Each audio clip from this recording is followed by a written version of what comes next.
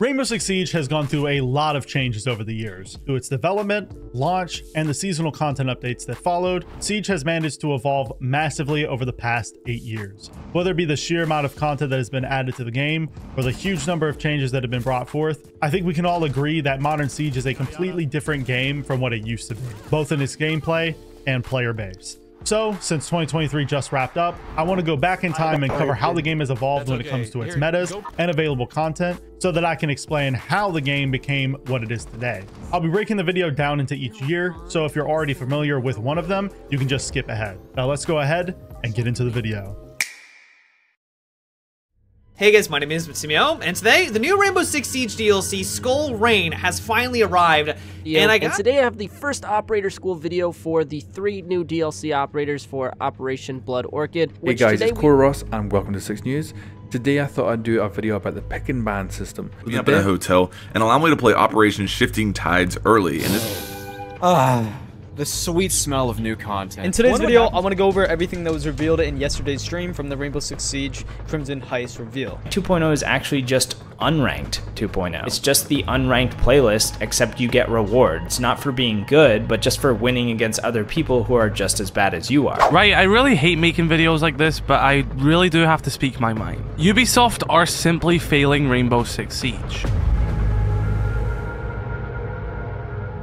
To start out the video, we need to go all the way back to the game's development in the early 2010s. And during early development, Siege was supposed to be a completely different game. The game was going to be called Rainbow Six Patriots, and its premise was going to be entirely different to the Siege we know today. It was originally going to be a tactical shooter with a campaign and scripted narrative elements, and it was going to be more in line with other Rainbow Six games of the time like Vegas and the early Ghost Recon games. However, Rainbow Six Patriots quickly fell victim to what many of us would call in modern gaming, development hell. The outdated engine Patriots was made on forced developers to spend a lot of time troubleshooting issues. Whether it be fixing bugs or patching issues with the engine itself, it was a nightmare to work on. But the constant changes in management surrounding the game on top of this made the game in even more of a tricky position, since the team had no idea what the focus of the game was.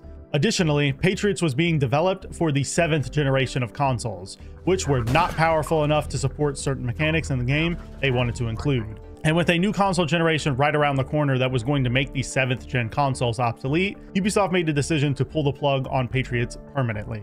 Ubisoft wanting to capitalize on this new generation of consoles led to them looking for new ways to revamp the Tom Clancy series for these consoles. So they decided to try and revive the series by making a tactical and gritty multiplayer co-op shooter, which would eventually become Rainbow Six Siege. However, with the rush due to the next gen consoles and the lack of future-proofing, the game's code was kind of a mess. This is why people have described the game's code as, quote, spaghetti code. From what we understand as players, the code was supposedly very hard to work with and understand. These complications with the code in early development would have a ripple effect into even modern day Siege. Anyways, the reason Ubisoft Montreal wanted the game to be multiplayer is to have the game have a higher longevity compared to other titles in the series. They knew the concept of a multiplayer, tactical, and competitive shooter could draw the attention of a loyal player base. However, they still planned to design lore for the game so that way the characters and the overarching game itself had some sort of story behind it, which was the idea of a global anti-terrorist organization that had members and collaborators around the world. This was an extremely unique concept, and it definitely contributed to the popularity of the game. Now, getting the multiplayer right would take some time, 2 years in fact, and throughout the process, Ubisoft would take heavy inspiration from real terror attacks when developing maps and designing the whole game in general.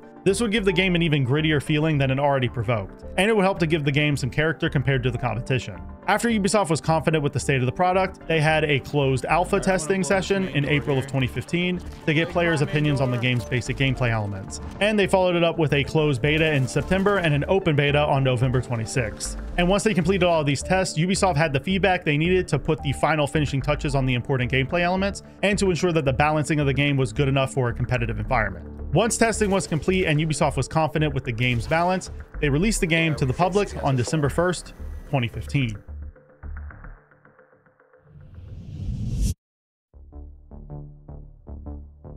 Upon release, the game received a wide range of positive reviews from players and critics alike. It was praised for its deep destructive systems, the depth of every single gadget, and the game's reliance on teamwork. There really wasn't, and there still isn't, anything like Rainbow Six Siege on the market. It is the only competitive shooter I can think of, with the exception of maybe the modern day finals, that manages to have such a deep destruction system while managing to keep every character's gadget relevant. Every operator in Siege on launch had their own use cases, with the exception of maybe Tachanka, but even Tachanka saw some play early on. This was due to players having little understanding of the optimal way to play at the time. But the back and forth between every operator's gadget had been extremely intriguing for those who got to experience the early days. Every operator had at least one counter, and also could counter someone else. Ubisoft managed to create a game with such deep mechanics that players would continue learning new things about the maps, operators, and everything in between for years to come. Despite this depth, the game, especially on launch, had a lot of problems still. The game's balance was all out of whack. Almost every operator in the game was either extremely strong or stupidly weak.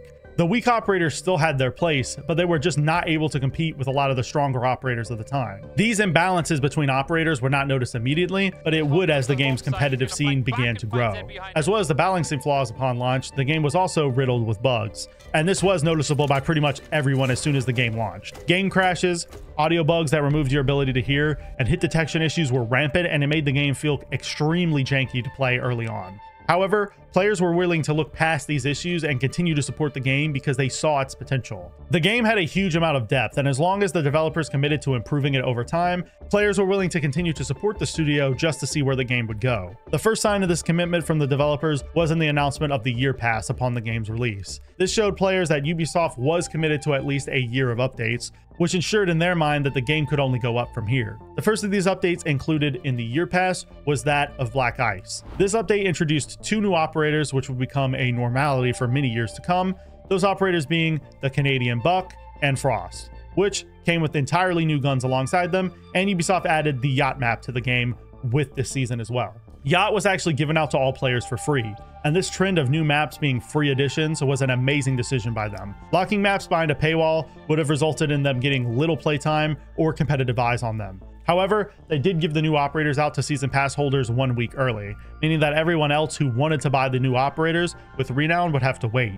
This did give players with the year pass a slight advantage since they got to learn more about the new operators faster, but I and many others felt that this was a fine way to incentivize players to buy the pass without outright locking the content out from the rest of the player base. Also, another thing to keep in mind when talking about the maps at this time is that they were a pretty big deal. This is because when the game first came out, the map pool was quite limiting, and every map that was released was automatically added to the rank pool. This meant maps like House, Plane, Hereford Base, and the now new Yacht were all included in the game's competitive mode. This is in stark contrast to the modern day where these maps will be considered as casual exclusives due to their sheer number of issues. Speaking of the competitive scene, Black Ice is also around the time when Ubisoft started to develop their professional league for the game. This league was announced earlier in the year around January, but it actually started on March 4th, 2016, in the middle of Black Ice. The way the league worked in the beginning was there were 2 regions, Europe and North America.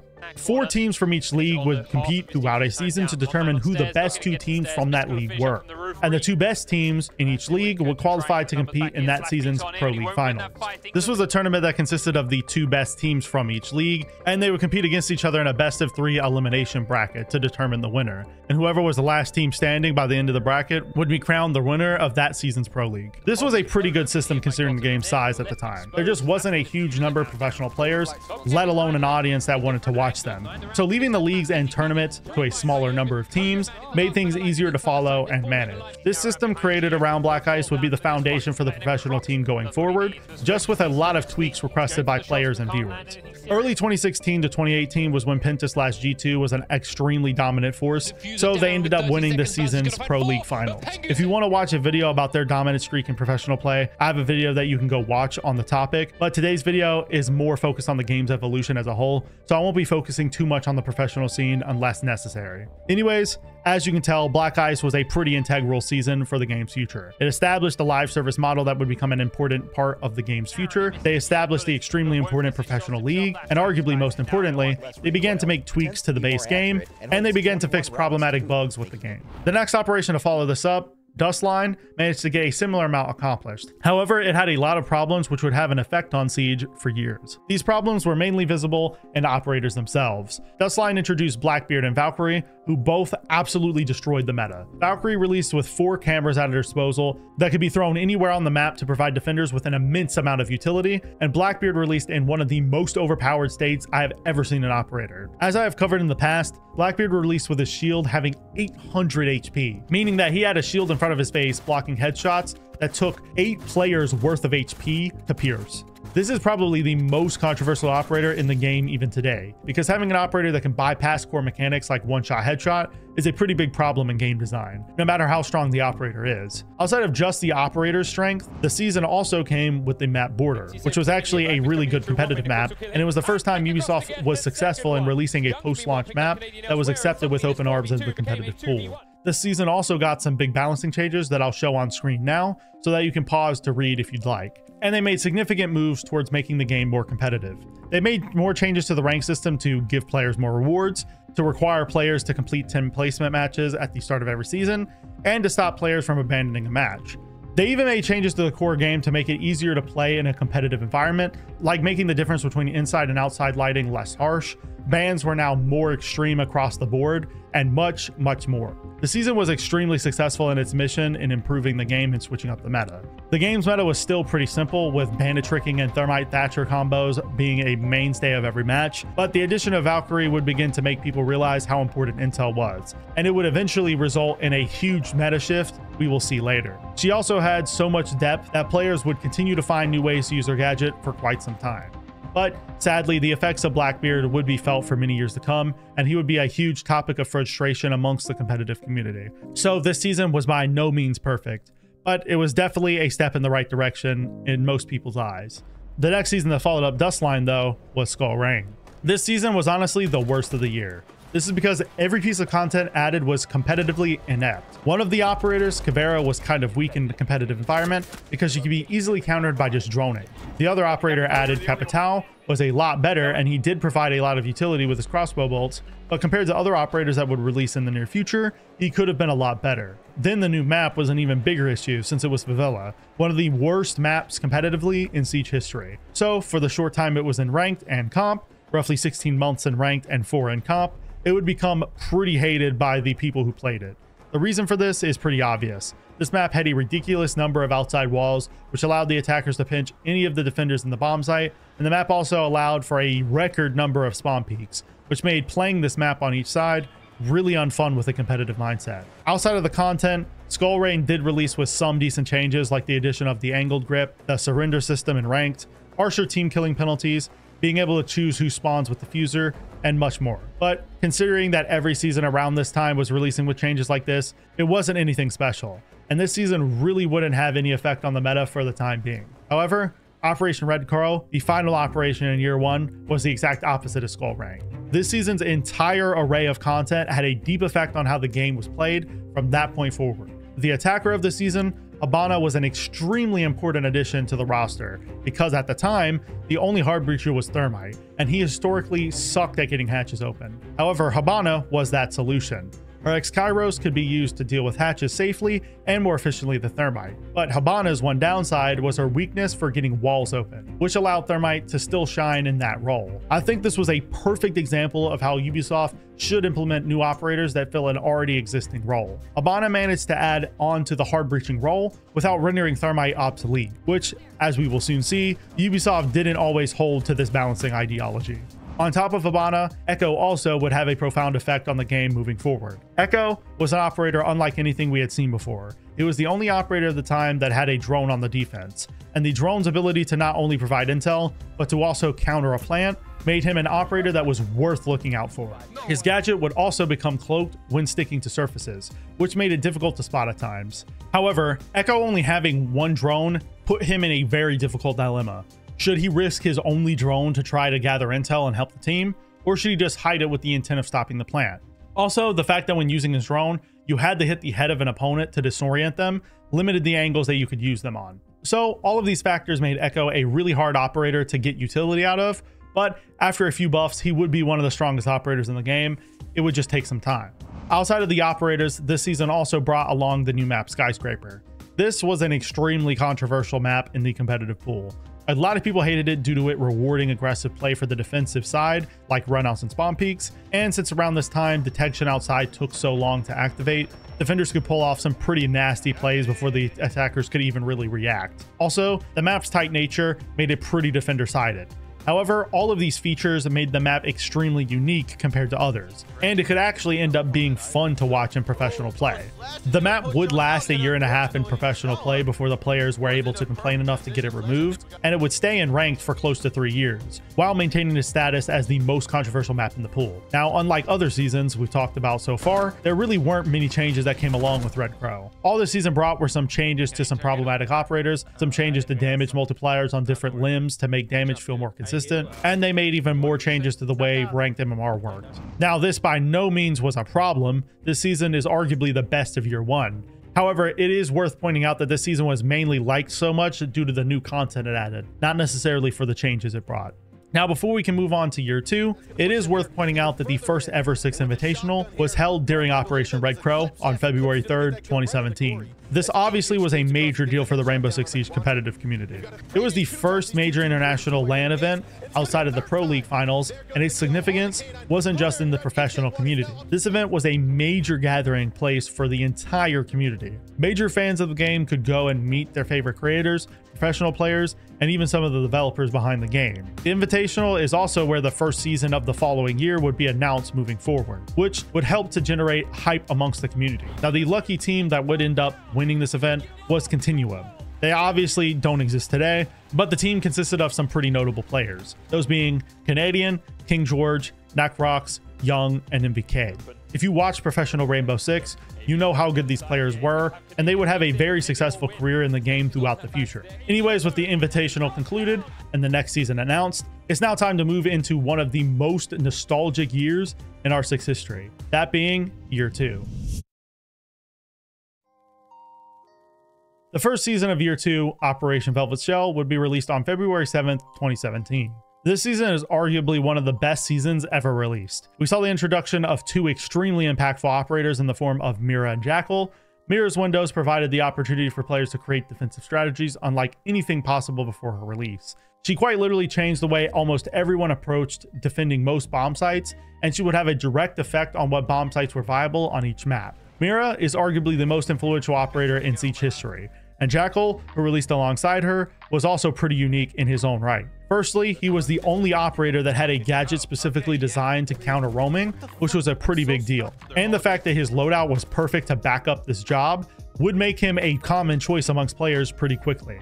After the success of these operators, the new map Coastline was also extremely popular amongst fans. It would instantly become a competitive hit, arguably their most popular post-launch map ever released. Competitive and casual players alike enjoy its unique design that allow for almost any operator to be viable. Obviously, there were some people that disliked the map, but that's always going to be the case with any map that ever comes out. This map was by far one of the most popular maps that Ubisoft had released post-launch up until that point. Speaking of competitive, Operation Velvet Shell is also when the Latin America League was launched into the professional scene. Considering the sheer popularity of Siege in Latin America and the large number of players wanting to compete in that region, this was a positive and welcome addition to the competitive ecosystem. And now, after all of this major content and additions to the professional scene, there isn't really anything else to talk about. The season brought so much in the way of good content that there really wasn't any major changes. However, while most players would be fine with this, the game was starting to see major issues. Remember how earlier in the video I discussed the fact that the game had major bugs and problems that would consistently frustrate players? Well, a lot of those problems were never fixed, and if they were, a new bug or problem would come in its place. These problems were going to be such a big issue that players were making video compilations and memes about the bugs. And due to so many people talking about it and the issues becoming so drastic, the next season we'll be discussing was a little unconventional. This season is known as Operation Health. Due to all the issues with the game becoming a huge talking point amongst the community around this time, Ubisoft decided to delay the planned new content for Year 2 Season 2. This content was the 2 new operators, new guns, and the new map that we had become used to from every season. This content would then be spread out amongst the last 2 seasons of the year, and in its place, Operation Health would be rolled out. This operation was aimed at solving a lot of issues with the game, as well as adding more quality of life changes. Some of these quality of life changes included one-step matchmaking, better, more upgraded servers, and the only piece of new content alpha packs, which have become a staple of the game throughout the years. Now, all of this sounds great and all, but I'm sure you're wondering, how was this perceived by the community? Well, you see, the biggest thing that Operation Health brought to the table was improvements to the game's backend. This meant that they were able to implement changes that allowed them to be more prepared and ready to release content faster, and to better test content before it was released. It also allowed them to catch up on a lot of the bugs caused by the spaghetti code that the game was built on. Because of this season's huge emphasis on fixing the backend, much of the player base hated this season since its contributions were not noticeable to anyone except developers. Also, it didn't help that the communication around Operation Health was suboptimal at best. Ubisoft advertised this season as being the ultimate bug fix. They were going to fix all of the community's biggest issues and the game was going to be bug-free. However, this season was actually meant to allow the devs to optimize the game's code to make adding new content and patching issues much easier. Due to this disconnect in communication, when Operation Health started introducing more bugs instead of fixing them, it immediately began being memed on by the community.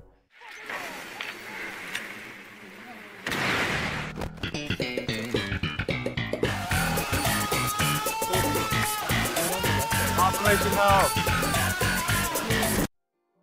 Operation Health is basically a 3-month period of time that we're going to be taking in order to fixing and repairing the game. Whether you've been playing for a while or not, you have likely seen clips like this around the community. And due to this season's infamous bugginess, the entire season made Ubisoft look pretty incompetent. A lot of the players never looked at Ubisoft the same after this season, and the community's perception of Ubisoft would be permanently damaged. However, this was definitely a necessary and important season. Without it, today's Siege wouldn't be possible. Ubisoft likely would have had a much harder time adding new content, patching bugs, and server problems likely would have been even worse without this season. Now, after Operation Health, which was arguably Siege's most controversial season, Operation Blood Orchid released on September 5th, 2015. Due to Operation Health bringing no content to the table, Blood Orchid released with one extra operator, meaning that it launched with 3 operators instead of the usual 2. The first of these operators was Ying. Ying's release had a huge effect on the meta due to her flashbangs and smoke grenades, allowing for the perfect storm to cover a plant. Also, around this time, Glaz was an extremely strong attacker that was being picked nearly every game at the higher ranks. And since Ying and Glaz had near perfect synergy, this combo would become a popular selection in the attacker lineups of the time. Additionally, the introduction of Lesion would also start to shift the defender meta as well. This is because of his traps being invisible, dealing good damage, and providing intel to the team. Because of these features, his gadget would quickly become a must-pick for almost any team. And due to Ela releasing in this season as well, the game quickly shifted into a trap meta on the defensive side. Speaking of Ela, she is another operator that is talked about as one of Siege's strongest operators ever released. The Scorpion Evo is by far the strongest gun ever added due to its high magazine size and stupidly fast firing. This combined with his low recoil made Ela's gun a huge problem for the game's balancing. She immediately became the most popular operator in the game simply for her gun. However, her gadget was nothing to sleep on either. She released with 4 mines that concussed, shake the player's screen, and made it hard for the player to hear when the trap went off. Also, due to her traps making a loud noise upon being set off, it allowed Ela to fill a similar role as Lesion while having a way better gun. As you can likely tell, this season basically completely changed up what a default lineup looked like for the defense, so it had a huge impact on the game's evolution. Without it, the trap meta likely wouldn't have ever existed. This season didn't only bring these game-changing operators either. We also saw the new map Theme Park added to the game. This was another controversial map in the community. A lot of people hated it in ranked, so much so that the map would never make it into Pro League in its original state. Even though the map may not have been great, the other changes around the season were really solid. In this season, Ubisoft upgraded the servers, improved the lighting contrast when looking outside. They began a new balancing philosophy of removing all ACOGs on 2 or 3 speed defenders. They allowed attackers to have multiple drones deployed at once. And finally, they reworked the map pool of rank to be the same as the ESL Pro League pool. Speaking of which, this operation also made a pretty big addition to the pro scene. That being the addition of the APAC League, which was a pretty big deal, and it spread the Siege competitive scene across the entire globe.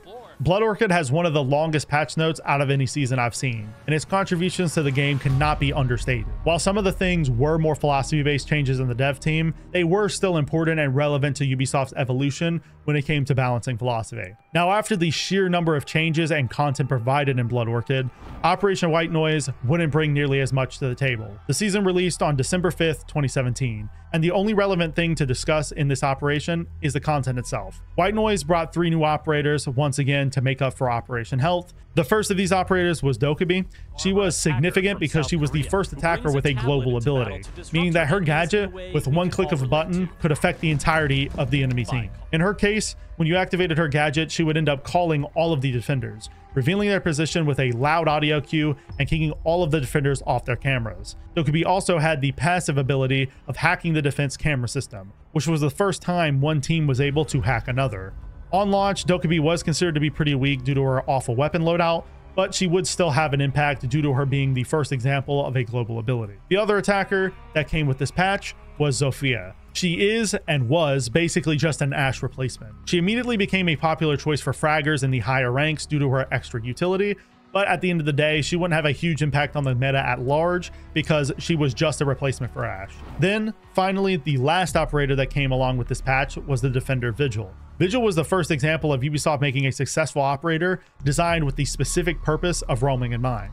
His gadget allowed him to hide from cameras, and his loadout was pretty good as well. He would become a pretty popular choice in ranked and pro play initially, but his strength would eventually fade later on due to other operators filling his role. Outside of the rather impactful operator additions, this season did come along with the worst map ever introduced, that being Tower. This map was Ubisoft's attempt at making a map that was heavily reliant on vertical pressure. However, due to its sheer scale, the map never picked up steam. It was the most hated map in the ranked pool by far, making it only 9 months in the playlist, and people still leave casual matches to this day to avoid having to play it.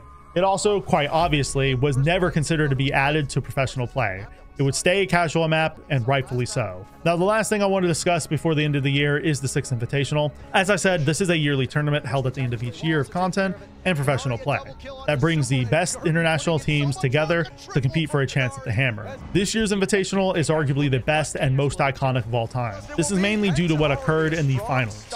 The final consisted of Evil Geniuses, which was mostly the Continuum roster from last year, just under a different organization, and Penta, which was EU's best team by far at the time. The final started out with Evil Geniuses dominating and taking the first 2 maps with ease. And since it was a best of 5, they only needed 1 map to take the trophy and become back-to-back champions. However, Penta managed to do the unthinkable and go on a winning streak, making the greatest comeback in R6 esports history and winning the whole event. This would mark the beginning of the Penta roster's dominant streak, in which they would win at pretty much every international competition they attended, which was something to behold. Around this time is when I and many others began watching professional play consistently, because a lot of the faces around this time were notable and there was a lot of great personalities in the league. With the tournament over, the next season, Chimera, would be announced with a release date slated for March 6, 2018. And this would mark the beginning of Siege's most infamous year of content. Operation Chimera is one of the most mixed received operations Ubisoft has ever put out. The reason for this is due to the season's huge focus on its Outbreak event. Outbreak, if you haven't seen it before, was Siege's take on a zombies-like PvE mode, and it was Ubisoft's first attempt at limited time modes in R6. This mode came with its own cosmetics and operators that worked well with its mechanics. This mode was so well received and popular amongst the community that Ubisoft wanted to make more events for the game going forward, and they would end up developing an entire spin-off game based on the mechanics and atmosphere that was founded in Outbreak. Now, this spin-off title would be an absolute flop, but R6 Extraction is kind of out of the scope of this video. But I will eventually get around to making a video covering its flaws as well. Now, this event wasn't what made this season so controversial, and it wasn't the lack of a new map either. You remember how I said that Dokkaebi was Ubisoft's first ever operator with a global ability? Yeah, well, Ubisoft would take this idea to its extreme by making this season's operators both have a gadget like this. Finka had her surges that allowed her to heal, revive, and buff her entire team with the click of a button, and Lion had his EE1D that revealed any moving defender during activation. Now, Finka didn't really impact much at the time. She was a fun casual operator, but her ranked utility was slim to none. So she was never really chosen outside of some very niche strategies. However, Lion launched in such a broken state that it left a permanent scar in people's perception of Ubisoft going forward. The reason Lion was so broken is pretty obvious. He was basically just designed for the Outbreak event. He had a really good gun with a 50-round drum and a gadget that forced the entire enemy team to just stand still. And if they didn't, Lion would be given wall hacks. How strong Lion was shifted the attacker's meta into a very aggressive and annoying playstyle. A lot of teams at the time, especially in ranked, would bring a Lion, Jackal, and Dokkaebi combo to reveal and overwhelm the defense. and while they were spotting all the defenders, they would then rush onto the bomb site and annihilate everyone. This was likely one of the worst and most attacker-sided metas I have ever played in, and the worst part about it was the fact that many felt Ubisoft released Lion this way on purpose. This is due to Ubisoft's statements around the time insinuating that they preferred operators to release OP than to release weak, and testers throughout the early phase even warned Ubisoft about Lion being too overpowered, but they didn't listen. Ubisoft would call this their biggest mistake ever later on down the line, but it was too late. Their reputation amongst the community was already rocky as is with the Operation Health disaster and Ella releasing as broken as she did, which they did somewhat fix in the season. However, Lion was by far their worst defense yet, and it started to flip people's perception of Ubisoft for the worse. People were just tired of global abilities and operations releasing extremely busted. And trust me, this season would permanently alter Ubisoft's perspective moving forward, because they would tread extra lightly on their new operators moving forward. Now, Operation Chimera not only made huge changes to the game's meta, it also had a huge effect on professional play, because during this season, Ubisoft would announce a complete change in formatting of Pro League moving forward. Instead of Pro League seasons lasting the same length of a content season, they would now last a total of 6 months.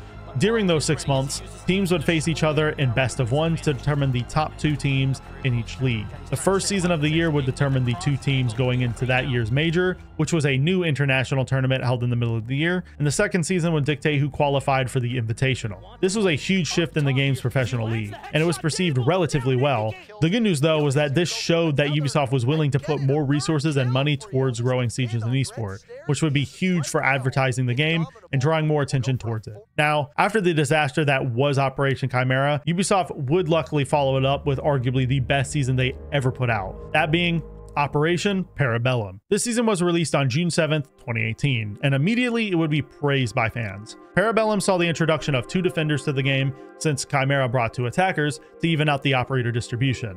The first of them was Alibi, whose gadget was holograms that mimicked her appearance. These acted as traps that, when shot by one of the attackers, would immediately reveal that player's location. Due to her gadget being kind of lackluster, she would never really pick up off the ground, and she would only be used for her guns and 3-speed rating. And she was the only post-launch operator at this time that hadn't had some major effect on the way the game was played. However, Maestro, the other defender that came in this season, would make such a big impact that it would make up for Alibi being so lackluster. The reason Maestro had such a big impact is due to his LMG being extremely busted on launch, allowing him to hip fire opponents at any range, and due to his camera's effectiveness at stopping a plant.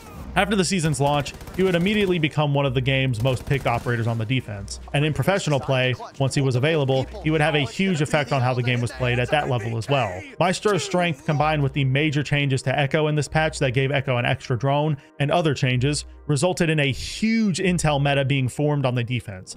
Valkyrie, Echo, and Maestro all became staples of almost every defender lineup, and their professional pick rate would explode. Outside of the new operators and the balancing changes, Ubisoft also made the decision to make all 3-speed operators slower and all 1-speed operators slower. They wanted to make speeds of operators more consistent, and they wanted to remove the gap between different operators. This would end up being pretty controversial amongst the community, and many people to this day miss the way the movement felt before this change was made. But overall, I do think it was a positive change for the game moving forward, because it would help to quell some of the issues when it came to aggressive play. Moving past this, Parabellum also brought us a lot of content on the map front. Both the Clubhouse rework and the new map Villa were released in this season. I think it's pretty apparent how big of an influence these maps had. Clubhouse, after the rework, is one of the most popular maps in Siege history, and Villa was extremely successful in both ranked and professional play as well. Whether you like a lot of these additions or not, you can't deny that Parabellum was one of the most influential seasons thus far, and it had probably the most amount of content out of any season we have gotten ever. Unfortunately, the following season, Grim Sky, would not have as big of an effect as its predecessor. The new operators, Maverick and Clash, both would see little play in ranked, especially at the lower ends of the spectrum. However, luckily for Maverick, he would see large amounts of play in professional circles, and he would have a sizable impact on the game's meta at that level. But since he was such an inefficient operator for ranked, most people were just not satisfied, and since the map for this season was just a rework for Hereford base, the players' opinion on this season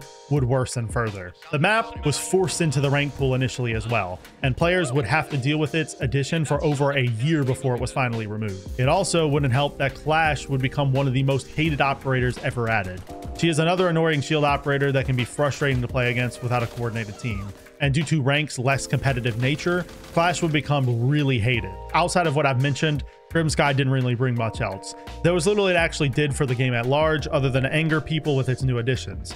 However, this season was when the first Rainbow Six International Major was held. This major was held in Paris during the middle of August, and the competition was fierce. We saw the return of fan favorite teams like Penta, the now G2, Evil Geniuses, and we saw some completely new teams from fresh regions compete at the highest level. G2 would end up winning this tournament, continuing their dominant streak. However, this still was an amazing tournament to watch, and it set the groundwork in place for future majors that we'd see in the following years. Following Grim Sky, the next operation, and the one to wrap up year 3 of Siege's post-launch content, when Bastion would be released on December 4th, 2018. Its main addition was in the form of Nomad and Cade, the season's 2 new operators. Nomad was the first operator ever made with flanks and runouts in mind for the attack, and Cade was arguably the most impactful defender of the year, and he still is one of the biggest to this day. The reason he is so influential is because he was, and still is, the only operator in the game that can electrify hatches. This was game-changing on maps with a huge reliance on hatches like Clubhouse, Cafe, and especially Bank. Also, down the line in year 4, he would get a buff to his gadget that allowed him to get 3 walls at once. His great gadget combined with his busted TCSG on launch made him one of the best operators on the scene, and he would begin to see a lot of play professionally. Now, other than the operators, the only other notable thing this operation brought was in the form of the new map Fortress. But this map would quickly become hated by a large number of fans due to every room looking the same, making it difficult for forming callouts, and due to the fact that the map had little to no vertical play. Now, despite the lack of large contributions to the game's meta in this season itself, this year's 6th Invitational would be another extremely iconic and high point for the community. The reason this one in particular was so memorable is due to the final being the longest overtime in Comp Siege history. This matchup saw 2 of the best rosters in Siege history, Prime G2 and the newly anticipated Team Empire, facing each other. And the first map on Coastline is probably the best game of professional Siege I've ever watched. It ended up going a whopping 22 rounds with G2 barely edging it out. And due to the mental toll losing a game this long had on Empire, G2 was able to tear their plays apart through the last 2 games, resulting in the roster being the first ever back-to-back R6 champions. This was an amazing way to end off year 3 of R6. However, the following year would end up being where many consider to be the beginning of the game's downward spiral in both the content and gameplay changes department.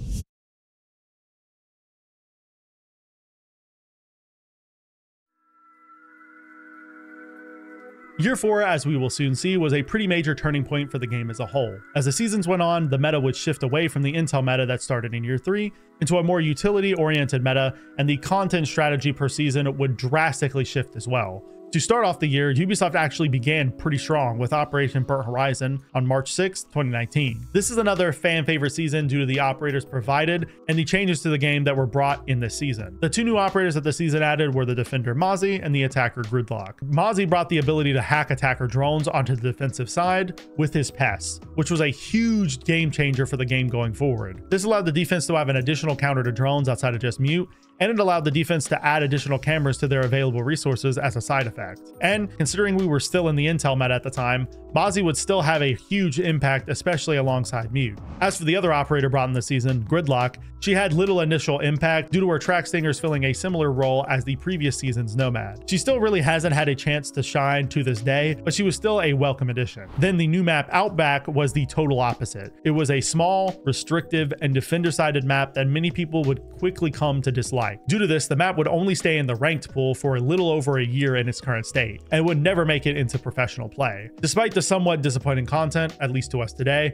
at the time players were satisfied since a lot of the new content's problems wouldn't show until later. And outside of the content, the balancing changes were amazing. Ash's R4C got removed, which was a little controversial, but it was deserved. Legion's goo mine's damage was reduced. Lion's gadget was finally reworked into what it is today. Maestro's gadget got a slight nerf, and there were other assorted balancing changes alongside it. As you can probably tell, these changes were huge for the game's balancing, and they were probably the most significant part about this patch. Unfortunately for us players though, the next patch, Phantom Sight, would begin a sad trend for Siege's new seasons that would continue on until this day. This season would launch on July 11th, 2019, and it would immediately be received with poor reception. The reasons for this are pretty simple. Firstly, the operators this season were extremely disappointing. Not only were they the first ever operators to release with a fully recycled weapon loadout, but their gadgets were the worst Siege had ever seen at this point. Warden's glasses, which were designed to counter flashbangs and smoke grenades, came too late since Ying and Glaz got nerfed in this exact same patch, and Nock released in an incredibly weak state with little to offer. And since she had an SMG on the attacking side as her only primary, her fragging performance was awful as well. The second reason for the season being disappointing is because it was also the first season to bring along a map rework instead of a new map. We had gotten map reworks in the past like the Clubhouse rework in Parabellum, but these seasons also came with a new map on top of it. This was the first time of Ubisoft's content downturn with Siege, and it left many people worried for the future. Then, the final reason for the season being disliked is the lack of balancing changes. This season did bring the rework to Glaz, a nerf to Jackal, and a nerf to Echo, but outside of that, there really is nothing else worth discussing. This season, due to the lack of new and strong content, didn't affect the meta much either. And nothing else happened this season other than the fact that it was a start of a concerning pattern in Ubisoft's new season. To continue this trend, on September 11th, 2019, Operation Ember Rise was released. This season once again brought 2 new operators with recycled weapons and a reworked map, but it did have some rather impactful balancing changes. The operators that came in this patch were Amaru, who brought her grappling hook into the game, and Goyo, who brought 3 of his Vulcan shields to the R6 roster. Amaru barely had an impact on the game at all due to her gadget clearly being designed for a casual audience, but Goyo would be the foundation for the next meta that would rip through high elo and professional play. The reason for this is because of Goyo's great loadout, which included the Vector submachine gun and the TCSG slug shotgun, and because of his great gadget. His Vulcan canisters were extremely strong, and that was for one reason: the deployable shield rework. Ember Rise was the season that brought the infamous deployable shield changes that turned it into the dominant force it is today. These changes to the shield were mainly focused on adding glass slits into the front of each shield, which would allow defenders to use them as a power position. The reason this rework mattered so much is because it turned the game's most useless secondary gadget into the strongest in the game overnight. And with Goyo's gadget becoming 3 of these new extremely strong shields that deployed fire when destroyed, he would quickly become a force to be reckoned with. And since this was before Jaeger's rework, countering Goyo was anything but simple. This would mark the beginning of arguably the worst meta in Siege's history, the utility meta. The reason this meta was named what it is because the attackers would have to spend a majority of each round clearing utility with explosives and burn. This was an excruciating time to be an attacker, and things were not going to get better anytime soon. Outside of the meta changes though, Ember Rise also brought the map rework for Canal into the game. This was an extremely controversial map in ranked, and it would never get any professional play time due to the map's awful reputation. It also didn't help that people were still upset by the lack of a new map in this year's seasons. Luckily for us, however, this season did bring some great additional changes, like the addition of the champion rank, the deployable shield was moved around between different operators, and Twitch's F2 was finally nerfed. All these changes were welcomed with open arms, and people were happy to see the game's meta shifting into something new. However, at the time, people did not know how bad this meta was truly going to become, and they would figure that out rather quickly. The following season, and the final one of Year 4, released on December 3rd, 2019, and that season was Shifting Tides. This season caused the game to go into an even harder reliance on utility. This is because of the addition of the season's new defender, Wamai. As you likely know already, Wamai was an operator designed to be a competitor to Jaeger. Wamai had a strong AR on the defense like Jaeger, his gadget captured and detonated projectiles similar to Jaeger, and he was a 2-speed 2-armor, which Jaeger would soon become. However, Wamai's gadget was quite a bit weaker than Jaeger's due to it still detonating the grenades, and since he captured less projectiles throughout the round than Jaeger. But that didn't mean both operators could be picked at the same time. And this would be exactly what people would start doing. With both operators on the roster, the defense could capture a total of 11 projectiles, almost more than the attackers could even bring. This meant that if the attackers were unprepared, the defense could easily defend their important pieces of utility like shields, bulletproof cameras, and much more. Jaeger and Wamai, when in combination with Goyo, would become a dominant force that would ravage through professional play.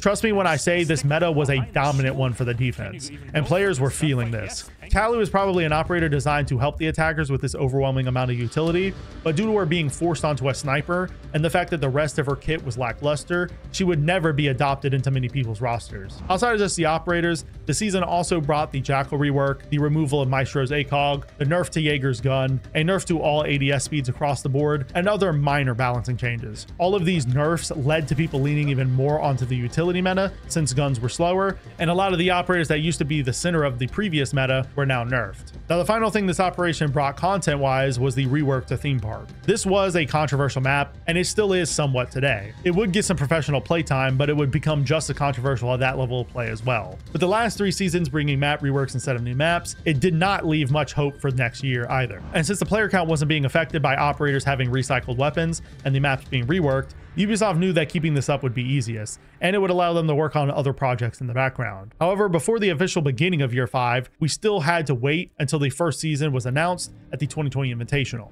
This year's Invitational was the first time in 4 years that an NA team managed to take home the trophy, which was a huge deal, especially considering the fact that the tournament was held in Montreal with a mostly NA team. This made the moment that much more special, and since Canadian, the one who had took home the trophy back in 2017, was the one that managed to win NA another trophy, made it even more special. Also, the fact that the game was still deep in the utility meta made for a truly interesting watch, because at the professional level, this really was a siege unlike we had ever seen before. It was really like watching a complex game of chess instead of a first-person shooter, because everyone was focused on dealing with or protecting utility. Anyways, with the event coming to a close and the season announced for March 10th, 2020, Operation Void Edge was right around the corner. And this season was so exceptional that it would end up becoming Siege's second biggest season from a player count perspective. Operation Void Edge, the first season of Year 5, started off the year strongly. The season brought 2 operators, Iana being the attacker and Oryx being the defender, and it brought the rework to Oregon as the map. Iana pretty quickly became a popular choice amongst the rank stars due to her good guns, access to frag grenades, and her gadgets applying infinite drones. She would even start seeing a lot of playtime in professional play as well due to her ability to pick up frags with ease and to help her team clear out rooms. However, Oryx was not nearly as influential on launch. He was looked at as a casual operator due to how fun he was to play, but from a competitive standpoint, he didn't really offer much to the team at large. So the operators didn't end up having a huge effect on the meta, and the balancing changes in this patch didn't do anything to shift the game away from the utility meta either. They did end up removing one of Goyo's canisters in this patch, and they made Jaeger a 2-speed. However, this obviously wasn't nearly enough to stop both of them from being a dominant force in the game. And the rest of the balancing changes had nothing to do with the utility meta at all. For example, they nerfed Legion's mines heavily, they nerfed Twitch's drones, and they removed Buck's frag grenades. None of these changes were really needed to solve the problems the game's meta was going through, and the utility meta would manage to continue for quite some time longer. Despite the somewhat disappointing changes, the rework for Oregon was welcomed with open arms. It is to this day one of the most played maps in the game, and its ban rate is extremely low in ranked due to the player base loving it so much. After the success of Void Edge due to its high player count, the next season, Operation Steel Wave would continue this success when it comes to player count. However, despite its success on paper, Steel Wave would become another one of Siege's controversial seasons. The reason for it being so controversial is due to how strong both operators were that came with the season. Ace the Attacker was a hard breacher that completely replaced the role of Thermite. His ability to open walls from a distance made it safer, and since Ace had 3 Selmas, he could open more holes than Thermite, even though they might have been smaller. Additionally, Ace's gun, the AK-12, was arguably the best weapon in the game at the time, allowing him to pick up kills for his team at a higher rate than even fragging operators could. He would immediately become a huge part of the meta, and almost every round he was picked to fill the role that Habana and Thermite once did. And for the other operator brought in this season, Melusi, she would also become an operator picked nearly every round on the defense. Her gadget, the Banshee, was an incredibly strong trap that would stop any attacker dead in their tracks. When an attacker entered the range of these traps, their screen would shake, a loud audio cue would play, and their movement would be slowed significantly. These properties wouldn't be overpowered on their own, but considering that Melusi's Banshees were only countered by explosives or a melee attack, and the fact that the game was still in the utility meta, combined to make Melusi's gadget arguably the best in the game. Her gadget provided intel, slowed the attacker's push, and wasted their utility all in one package. And her guns helped to tie all of this together. On launch, she came with the T5 SMG and the RG15 pistol, which was a strong loadout for picking up frags, and she was a 3-speed on top of it all. Melusi really was the perfect package for a meta with a huge reliance on utility, and she would continue to be a centerpiece of the meta until her eventual nerf. As for the map that this season brought, it was just a rework to House that many people considered to be worse than the original. All the rework did was ruin the fun people had with it in custom games like doing Garage Wars, while still not making it competitive enough to be played at a professional level. And everything else about this patch wasn't really noteworthy. But considering this season's operator's sheer effect on the meta alone, I don't think the rest really matters. Anyways, following up Steel Wave, the next season, Shadow Legacy, would continue the utility meta as well. However, the new content it provided was vastly different from any season we had seen before. Instead of bringing 2 new operators, the season instead brought 1 licensed operator from a different Ubisoft game series, and to make up for the lack of operators, a ton of changes and other forms of content came along with the season. Some examples of this include the large variety of weapon sights added to the game, like the 2x, 3x, and the 1.5 scope, the addition of the secondary hard breach gadget, the new Ping 2.0 system, the removal of Vote to Kick, Thatcher's rework, the Chachanka rework, the introduction of map bans to ranked, and much more. The sheer amount of changes was praised by fans, and to many, this is the best update in Siege history. But the changes weren't the only good thing in this patch. The new operator Zero was an interesting idea, with him bringing a large camera network to his team that could allow them to surveil the map and hold flanks. And the map rework for Chalet is one of, if not Ubisoft's best map rework ever made. It fixed a lot of the core issues with the map, and because of this, it would quickly become one of the most popular maps in not only the ranked pool, but the professional pool as well. This season was just impeccable overall, but it did introduce some concerning patterns that would result in a lot of modern Siege's problems. The first of which was the season only releasing with 1 operator, which unfortunately for us would become a pattern for many seasons to come. Also, while we were still in the utility meta, the addition of the 1.5 scope would have huge negative implications for the meta in the coming years, but that wouldn't be noticed for quite some time. So for the time being, people were really happy with the season and they were excited for what was to come next. Neon Dawn, which followed up Shadow Legacy on December 1st, was a solid ending to year 5. And it would address a lot of the problems people were facing with the utility meta. A common complaint with the current meta was that the attackers had to spend too much time clearing defender gadgets, and Jaeger and Wamai happened to be the main reasons for this. So, in Neon Dawn, Ubisoft decided to give Jaeger's gadget a massive overhaul, giving them a cooldown, but providing each ADS with endless charges. This was designed to make it much easier for a coordinated team to burn through Jaeger's ADSs, while still allowing him to provide solid utility. And it ended up working. Jaeger's nerf was a solid step in the right direction, and with all the damage nerfs to his AR and his speed nerf that Ubisoft put him through previously, Jaeger was finally starting to fall off in the pick rate charts. However, this wouldn't completely kill the utility meta. The game still continued down this route for quite a while longer, just to a lesser extent. Also, since this season's operator, Aruni, filled a similar role to Jaeger and Wamai, the whole Jaeger left was just being filled by others. So Aruni would see some play at higher levels as an alternative to or alongside Jaeger and Wamai. What helped Aruni in this was the fact that she had the passive ability to open hatches and make rotations with a single punch, which is a big deal when it comes to prep phase efficiency. As for the season's map, as usual, it was another rework, this time for Skyscraper. This was another very controversial map rework. Many people did not like the map pre-rework due to the map incentivizing aggressive plays from the defense, and the rework did nothing to fix that problem. The map was also, and still is, highly defender-sided.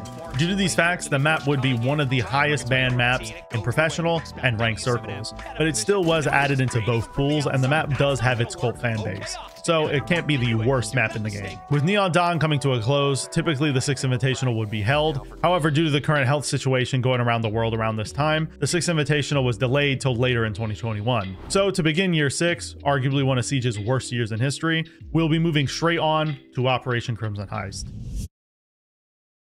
Operation Crimson Heist released on March 16th, 2021, and it would not start year 6 off very well. Firstly, this season would continue the bad trend of coming with only 1 operator, which means that the content per season was still declining from what it was back in year 4. The singular operator that Crimson Heist would add to the roster was Flores, which I will say did fit the meta. This was around the time the utility meta was starting to die down, and Flores' drones being explosive meant that he provided even more ways for the attackers to deal with these pieces of pesky utility. Also, this season brought the Gon 6, which is a secondary weapon with a singular explosive round that could destroy a singular piece of bulletproof utility.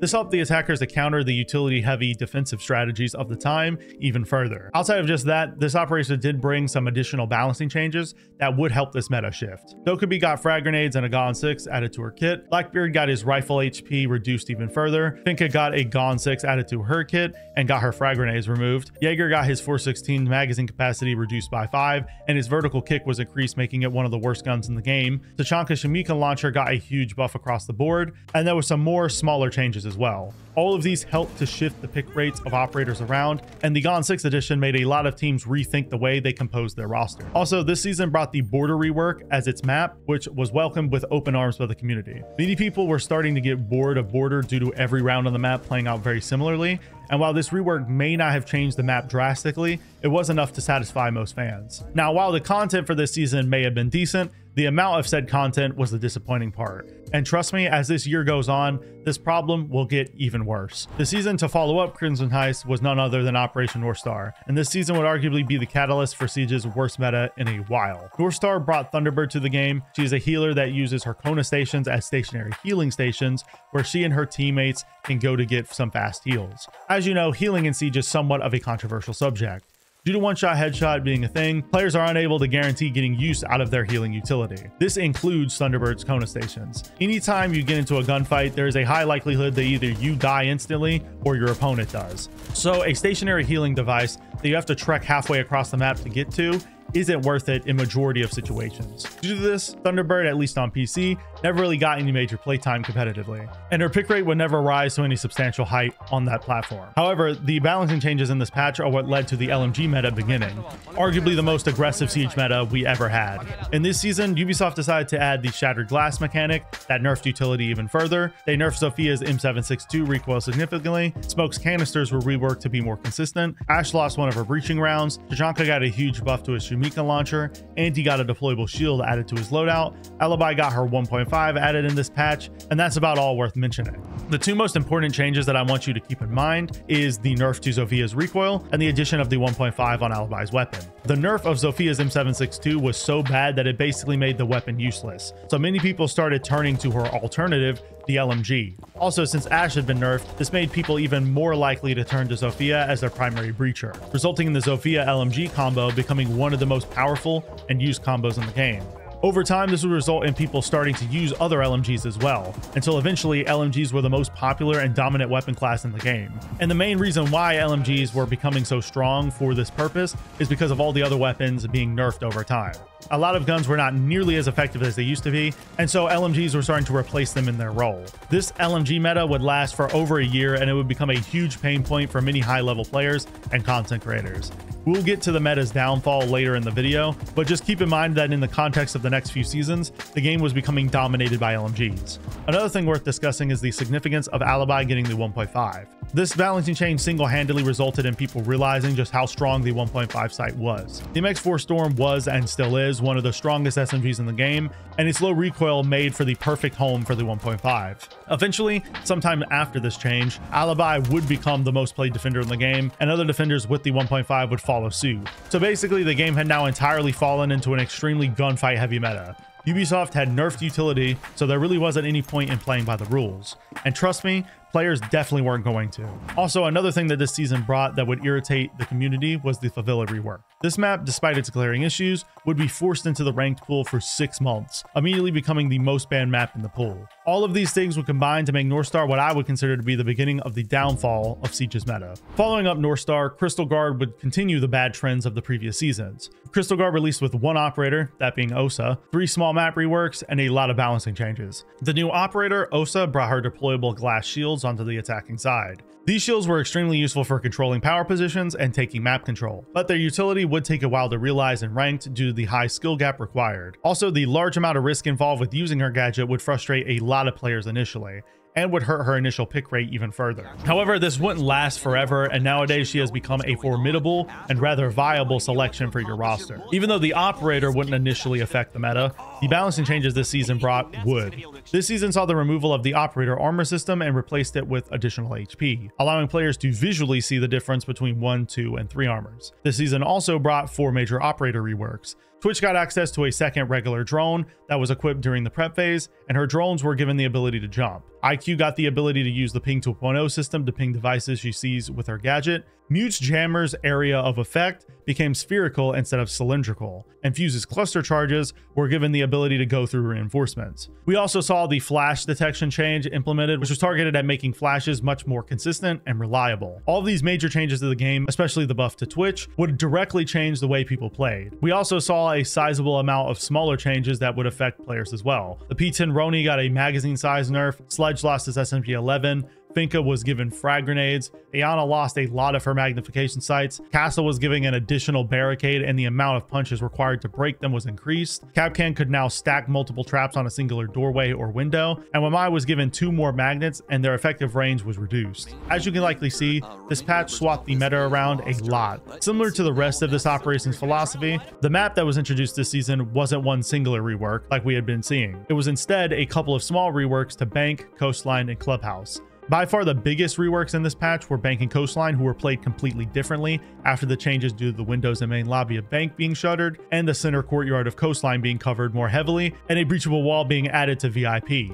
However, Clubhouse got much smaller tweaks that didn't really end up changing much in the grand scheme of things. One thing that is important to understand is that since this season consisted of a ton of small additions, many players felt that the amount of content was lacking. And this was a sentiment being shared throughout the entirety of the year, starting all the way back in Crimson Heist. This was not going to stop anytime soon either, because the following season, High Caliber, is widely considered to be the worst operation of Year 6. High Caliber released on November 30th, 2021, and with it we saw the introduction of Thorn, the map rework for Outback, and a small amount of balancing changes. Trust me when I say everything in this patch was bad. Thorn was arguably the most lackluster operator Ubisoft had released up until that point because of her terrible gadget and average loadout. Outback was terrible before it was reworked, and the rework did nothing to fix it before adding it back into the ranked pool. This made the content side of the update already extremely bad, but the changes were even worse. This season nerfed angle grips to be 20% slower, Ella's shotgun damage was nerfed, Finka's gadget got a huge buff, the concussion effect was nerfed to no longer slow affected opponents, and that's it.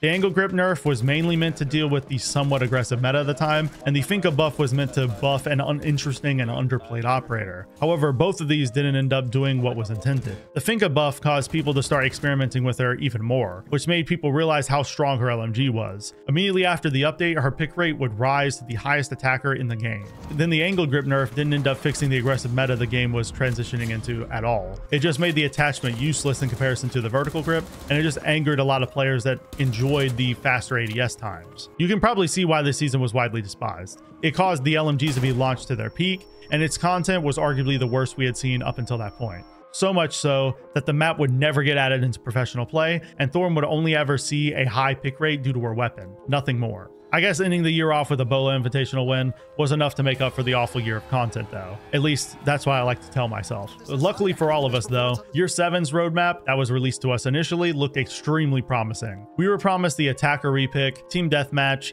the arcade playlist, the addition of the shooting range, an overhaul to the ranked playlist, and the reputation system to combat toxicity all this year. It really did seem like this year was making a serious step in the right direction to make up for the disaster that was Year 6. And Year 7 would actually hold up to its promises in the beginning. It would get off to a great start with the release of Demon Veil on March 15th, 2022. This season saw the introduction of Azami as the new operator, Emerald Plains as the map, which was the first new map in a very long time, and a decent amount of balancing changes. However, it is worth noting that this season's map, Emerald Plains, wouldn't actually get added until the mid-season patch, which was the first time Ubisoft ever delayed a map. Also, the map would be an extremely controversial piece of content amongst the community. Many people, including myself at the time, didn't like it due to its attacker-sided map design that made you feel trapped no matter where you went. And due to this rocky and dividing sentiment, the map would never see the level of praise needed to get it added to Pro League. It did have a loud supporter group though, in its defense. As for Azami, she was praised by everyone who laid their hands on the season due to her gadget being so unique and impactful, which reminded many people of the Mira days. Her gadget, if you don't know, is a device called a Kiba, which is a throwing knife that upon impact with a surface will expand into a large bulletproof concrete circle. This allows Azami to provide additional cover to her team and to waste the attacker's explosive utility all at once. Obviously, this had a profound effect on the meta, especially in professional play once she made her way into that sphere. But that wasn't all. The operator balancing decisions also changed things up as well, and arguably for the better in many people's eyes. Firstly, Ubisoft removed the ability for defenders to deploy cameras outside, which would significantly hurt Valkyrie, and it would prevent a lot of aggressive plays. Secondly, Bandit was given the ability to attach multiple batteries to a single wall. This would prove to be a huge deal for Bandit tricking and would help to make Bandit a much easier operator to use when trying to counter a Thatcher. Then after that, Gridlock was given an extra track stinger, Ying was given 4 Candelas again, and her flash duration was reduced, and finally, Goyo got a gadget rework that made his canisters independent of a shield. meaning that he can no longer be used to stack a ridiculous amount of shields into one team. And while he wasn't being used as much anymore due to the utility meta being on the decline, it still made sense to nerf his ability to encourage such an annoying playstyle. Overall, I and many others were a fan of this patch due to its amazing content additions and good balancing. However, we were still in a very aggressive LMG meta that was annoying to play against, and this season did not solve it. A lot of people were hoping that Ubisoft would address it in this season, but people would just have to wait and see if they would manage to do it in the following season. And the season that followed Demon Vale would end up being Vector Glare. And trust me when I say it was extremely disappointing for a wide variety of reasons. The season would actually release on June 14th, 2022. The operator that came with this release was Sins. Sins was a problematic operator from the start, not because they were overpowered, but rather the opposite. Sins' gadget is the ROU projector. This gadget functions as a wall of smoke that can be used to cover your team for a plant or for other purposes. Now I'm sure you're wondering, why was this such a bad gadget? Well, the main reasons were because of the fact that a smoke grenade can fill the same role, and the fact that hitboxes of the rolling smoke walls were so inconsistent. These two factors combined with the fact that they were a 3 armor upon release, and they had a bad gun made them an absolute disaster to play. Sins really didn't offer anything for the team at large, and their individual strength wasn't enough to make up for that fact. As for the map in this season, it was a deathmatch exclusive map called Close Quarters. Instead of this, we should have gotten a map for Ranked, or at the very least, a small map rework should have been released alongside it. But at the end of the day, this would be fine if the other additions and changes could hold up the weight, but they couldn't. The addition of the shooting range was something people had been asking for years, and it was welcome with open arms. But the fact that this season only had 2 minor balancing changes and no mid-season patch meant that a content drought was felt heavily. And with the game still being in the LMG meta that I mentioned earlier, people were frustrated that after all of this time, Ubisoft had done nothing to fix this awful situation the game was in. This resulted in Vector Glare coming into the conversation as the worst season Siege has ever gotten, which wasn't new, especially in current years. But with Vector Glare, the criticism was heavily deserved. And unfortunately for everyone, much of the following season's content that was announced in the roadmap would be postponed. Rank 2.0 and the new Ranked map, arguably the 2 most hyped parts of Season 3, were delayed until the end of the year, meaning that the content drought that Vector Glare started would be continuing for the next 3 months. Also, the next Operation Brutal Swarm would be highly disappointing for other reasons as well. The operator that came with the release of said operation was Grim. He, as many of you likely know, was the weakest operator Siege has ever seen. His gadget was his bees that could be used to ping enemy opponents. However, the launcher that was used to dispatch these bees was clunky and hard to use without getting shot. And even if you did manage to get some kind of use out of them, all the bees would do was ping an opponent that you already knew was there. His guns may have been decent, unlike the previous operator Sins, but in a meta with such a huge reliance on secondary gadgets, Grim also lacked in that department, which made him even worse. Because of all of these limiting factors making him a bad choice in a competitive environment, he quickly became the least picked operator in the game, and his presence in professional play would be lackluster to say the least. Now, I'm sure you're wondering, what took the place of the map that was supposed to be released with this operation? Well, that was none other than the addition of Stadium 2021. Due to the new map needing more time in the oven, according to Ubisoft, they wanted to give us something to tie us over. Stadium was that something, and unfortunately, it played horribly for Ranked. The map was designed for a limited time game mode back in 2021, and it was never meant to be released as a permanent map. It is literally just coastline and borders layouts mashed together with metal flooring, bulletproof glass, and little cover. And because of all of these flaws, the map would quickly become the second most banned map in Ranked, right behind the previous new map, Emerald Plains. So this season wasn't off to a great start when it came to the content department, but maybe it could pick things up with the balancing changes, right? Well, the season did have some great changes to help shift the game into the right direction. The weapon recoil change for the LMGs was finally implemented, resulting in the downfall of the LMG meta soon thereafter. All of the recoil altering attachments were buffed to have a greater effect and to have a more consistent, defined use. The suppressor's damage reduction was removed, which resulted in a lot of people actually using it. The MP impact was added to the game, which added for a new alternative to Thatcher. Frag grenades had their range reduced, and a lot of attachments and secondary gadgets were swapped around amongst operators. This resulted in a huge meta shakeup when it came to the way people configured their weapon loadouts, and it honestly made the attachment selection process much more engaging, and the removal of the LMG meta via a recoil nerf was beyond exciting for the community. People were getting tired of it, and it had to go. Even the mid-season patch of this season switched things up a lot by massively buffing Doc's stim output and giving him a bailiff, as well as giving Rook the ability to provide his entire team with self-revive via his armor. The balancing in this patch was good, and it was definitely switching things up. With the EMP impacts being added, people were moving farther and farther away from the operators of old Siege and more into operators with the most viable secondary utility. This was a very interesting situation, and I think it offered the opportunity for the game's meta to switch up pretty heavily into a completely different direction. However, by this point, the game had already shifted way too deep into the aggressive meta, and players were not changing their minds. Instead of using LMGs, players were now using any and every operator with a good gun that had a 1.5 optic, no matter their actual viability. So much so that right before Brutal Swarm even released, Alibi was top of the pick rate charts for the defense. It was becoming a massive concern for the community. Many people felt that the game was being treated like a run and gun shooter by a large portion of players, and they weren't necessarily wrong. Unfortunately, the next season, Operation Solar Raid, was about to make that even worse. This season would release on November 21st, 2022. The season was packed to the brim with content. However, a lot of it would be extremely dangerous for the game's future. The season's operator would be none other than Solace, likely the most influential and effective operator in the current meta. The reason she is so strong is mainly due to her gadget, because it is basically just IQ's ability on the defense. This opens up so many possibilities that weren't remotely possible before.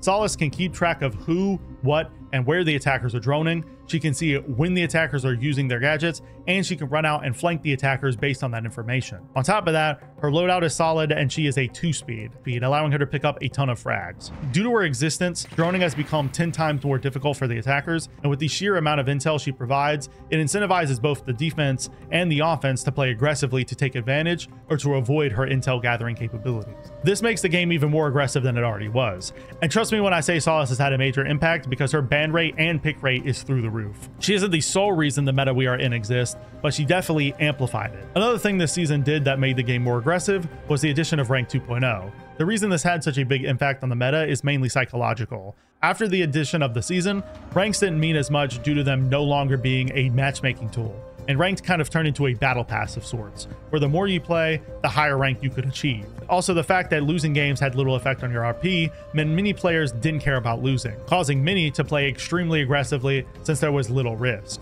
The matchmaking system was still the same as Ranked 1.0, but that didn't matter since many people didn't care about losing, since the actual rank system wasn't nearly as good. So basically, the new operator and ranked rework promoted an aggressive, less utility-oriented playstyle.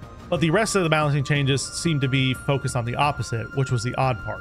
This season made a ton of operators 3 armors, including Zofia, Mute, Sledge, Osa, and Malusi, and it also nerfed a couple of problematic guns. Overall, this season was still more aggressively oriented, and it would have huge implications for the game's future. Outside of these changes, the season also brought Night Haven Labs, which was also a very controversial map in its own right, but at least in its case, it had gotten a decent amount of playtime in ranked, and it is actually in professional play, unlike other recent maps. Also, another minor thing that's worth pointing out is the fact that this season brought crossplay and cross progression, but despite this season bringing so much content like this to the game and being praised on launch, as I said, it had an overall negative effect on the game's balancing, and it would have huge implications for the following year of Siege. Year 8 was beginning to look like a great year for R6. The roadmap for the year looked really good, similar to Year 7's, but whether Ubisoft would hold up to this roadmap was a toss-up considering the previous year. To start off Year 8 and to set expectations, Operation Commanding Force would be the one to do the job, and this season was honestly pretty mid. New content-wise, we only got one operator, no new map with this season at all, and that said operator that was supposed to hold up the entire season's content pipeline was none other than Brava. Brava's gadget is her special drones that allow her to hack Defender electronic utility and turn them to the attacking side. This had never been done before, and nothing has replicated it to this day. The only thing remotely similar is Dokubi's ability to hack cameras, but Brava can do that as well on top of hacking actual gadgets. I'm sure this sounds like something that would absolutely ravage the meta, since she could basically counter every defender. But her gadget had some issues that would hold her back from being truly meta-defining. Firstly, her gadget hacked very slowly and made a loud audio cue in doing so, making it difficult to hack utility without getting her drone shot. Secondly, Mute and Mozzie, two popular operators at the time, could easily counter Brava, and could even turn her utility against her own team. And finally, the amount of electronic utility the defenders brought was normally very map and bomb site dependent, which limited the times that bringing Brava was even viable. So because of these reasons, Brava would never have a high pick rate in ranked, and in Pro League she would be a niche pick at best. And the rest of the season would have little effect on the game as well. We saw the removal of reload canceling, they moved the 1.5 around on a couple of operators, and T'Chaka got a decent buff. Outside of that, this season really didn't bring much to the table, and I'm sure you can tell by the amount and quality of content, it really didn't have a large impact on the game's meta. However, the opposite of this would occur in the following season, Dread Factor, where the operator and other additions did manage to have a significant effect on the meta. This season would drop on May 30th, 2023, roughly 3 months after the release of Commanding Force. And in my opinion, this season was miles ahead of the previous one. The operator that was brought to us with this patch was Fenrir. He was the first trap operator Ubisoft had released in a decent amount of time. And trust me when I say, he was one of the best as well. Fenrir's gadget, the Dread Mines, are remotely activated mines that when activated by an attacker walking into them, they will deploy gas that will reduce the attacker's visibility significantly. Due to these mines being able to be thrown onto the ceiling or hidden behind furniture, they can be a real pain for attackers to deal with. But if they are spotted, they can be shot as long as Fenrir has them active, so they can be countered. The strength of these traps is mainly in their ability to provide info for the team. This is because when one of these Dread Mines go off, they make a loud noise and they inform Fenrir once detonated. This makes them a valuable tool for detecting a potential push from the attackers. Also, the blindness effect that is inflicted onto the attackers makes the mines a great way to slow down the attacker's push as well. Due to their versatility, Fenrir's amazing weapon loadout, and his secondary shotgun, he would become a very popular operator at higher ranks and in professional play. However, most players hated going against him due to how strong his gadget was. People really hated having a gadget that could completely remove their ability to fight back. So, Fenrir started getting banned frequently until he eventually became the most banned defender in the game. This just shows how strong of an operator he truly is, and he is still dominant in the meta at the time of recording. Now, this season didn't just stop its effect on the meta with the operator, because the balancing changes would also switch up things pretty heavily. This season nerfed Nock by removing her ability to reduce movement sounds, gave Grim his rework which made him much more viable, Thunderbird was nerfed heavily, Alibi lost her shield and impacts to hopefully lower her quite high pick rate, and the new observation blockers were given to a wide range of operators. These changes really did switch things up. Thunderbird was starting to become a problem on console, Nook was one of the strongest attackers in the game at the time, and Alibi was getting out of hand. So all of these nerfs were definitely needed. Also, the Grim rework was something players had been waiting for so long, since he was the weakest operator in the game for close to a year. It is also worth noting the addition of the 1.5 to Thorn's SMG. This would come back to bite them in the future, and many people knew it was going to be a problem. But since this was the only bad change in this patch, I think it's worth letting it slide. Another thing worth noting in this operation is that we actually got a map for the first time in a while. It wasn't new, unfortunately, but it was a long-awaited rework, that being the rework for Consulate. This was a map that incentivized runouts and spawn peeking, similar to Skyscraper. But unlike the Skyscraper rework, this rework actually solved the problems with Consulate. It still is a somewhat controversial map, but it's been received a lot better than some of the other maps we've gotten recently. So I think overall, it's pretty positive. Now, with this operation being so good, people were looking forward to the upcoming season. I would argue the expectations people had were met with the release of Operation Heavy Metal. The reason for this is because Heavy Metal had a lot of balancing changes and new content, almost more than anything else we saw in this year. The operator we got in this season was Ram. She was an operator designed to compete with other vertical play operators, and her advantages are that her auto breachers allowed her to breach floors from safety, they produce a loud sound that allows Ram and her team to push without being heard, and that she had a great loadout to back it up. However, Ram has a few drawbacks that are worth mentioning. The first is the fact that her drone's loud audio goes both ways, meaning that if you aren't always on top of your flanks, the defenders can use your gadget against you. Also, her 3 armor rating makes it difficult for her to easily rotate or to make stealth plays without being heard. Despite these problems though, Ram is still pretty popular in ranked and for Pro League.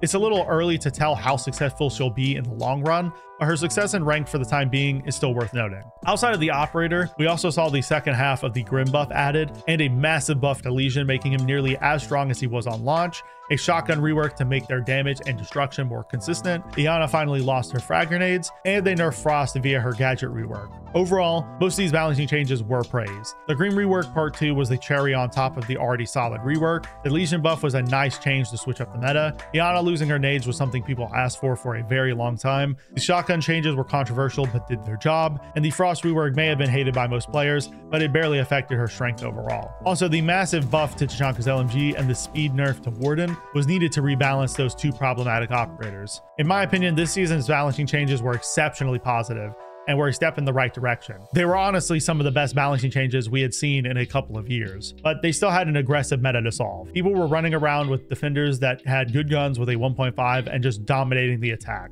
Many people consider the meta that this season was placed in to be one of the hardest metas to attack, with maybe the exception of the utility meta. So the game was getting really unbalanced, and there was still a lot of work left for Ubisoft to do if they wanted to turn it around. So I'm sure you can probably guess the average player's reaction to Ubisoft's decision to make quick match even faster and more like Call of Duty inside of heavy metal. What I am referring to is the quick match rework that came with this patch. This rework made the prep phase much shorter, had reinforcements pre-placed for the defense, and its goal was to make matches faster. With the meta being in the place that it was, this was not the right time to release this, and it would immediately begin to get bashed by content creators, community members, and even just average players. It really wasn't a positive change, and people saw its problems from the start. Also, by quick match being designed this way, it was teaching new players to play aggressively, which is the last thing people wanted. Same can be said for the unranked changes in this patch. Since quick match was being reworked, Ubisoft decided to turn unranked into the pre-rework quick match, meaning no map bans, operator bans,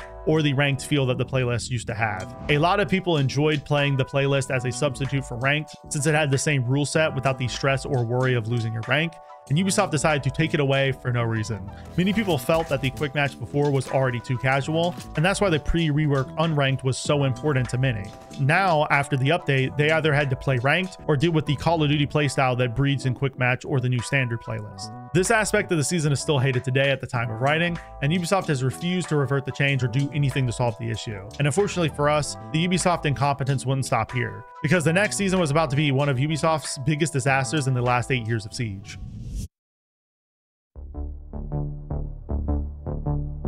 The release of Operation Deep Freeze, the newest season at the time of recording, was on December 6th, 2023, and it was an absolute disaster to say the very least. And that's not because of the content. The reason the season's launch was such a disaster is because the servers went down for more than 2 weeks after the season's launch, so players literally couldn't play the game. And when the servers were running, cheaters would dominate every match, making it impossible for anyone to play a normal game.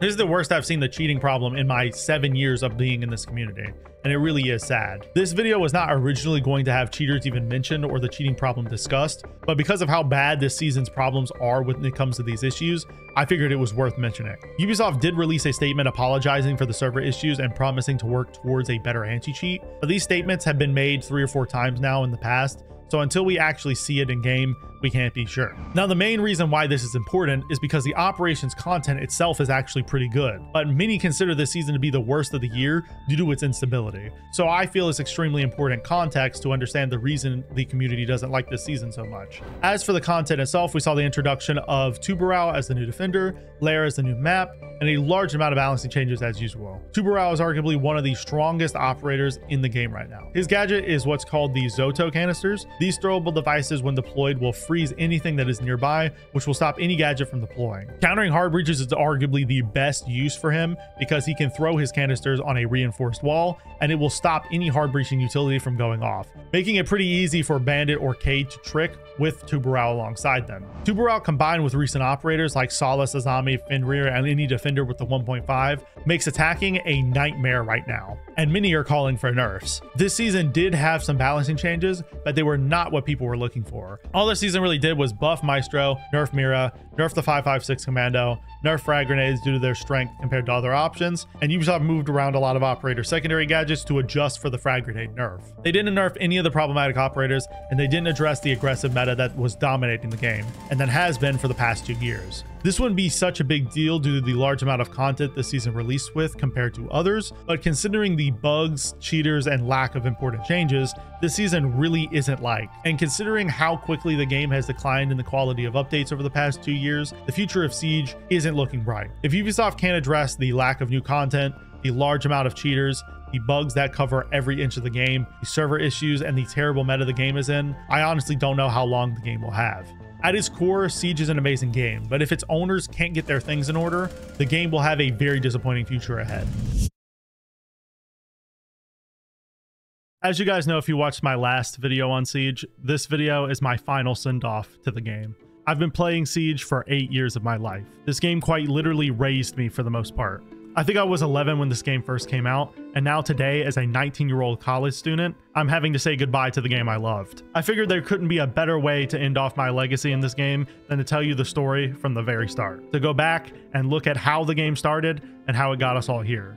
I know this video is ending off on somewhat of a sad note since I discussed all the problems with the game and I'm re-announcing my departure, which a lot of people have been doing recently, but despite this, I really do care for this game. My time with it may be over as a creator, but I still hope that Ubisoft manages to turn things around so that I can come back to the game in a few years and genuinely enjoy myself again. As for my channel moving forward, for those of you that didn't watch my video on why I'm quitting Siege, let me fill you in. After this video goes live, obviously no more videos on Rainbow Six Siege will be getting posted on this channel. Moving forward, I want to upload more longer form, higher quality content like this video and the last 3 videos I posted. I want my channel to be filled with work that I am genuinely proud to put out, whether it be long form game reviews or video essays covering topics I enjoy in gaming. That is going to be the route this channel goes down moving forward. Thank you all for watching this video all the way through and supporting me for so long throughout my growth on this game. It really does mean a lot to me, and I wish all of you the best of luck on whatever you're doing. Anyways, I'll see you next time, friends,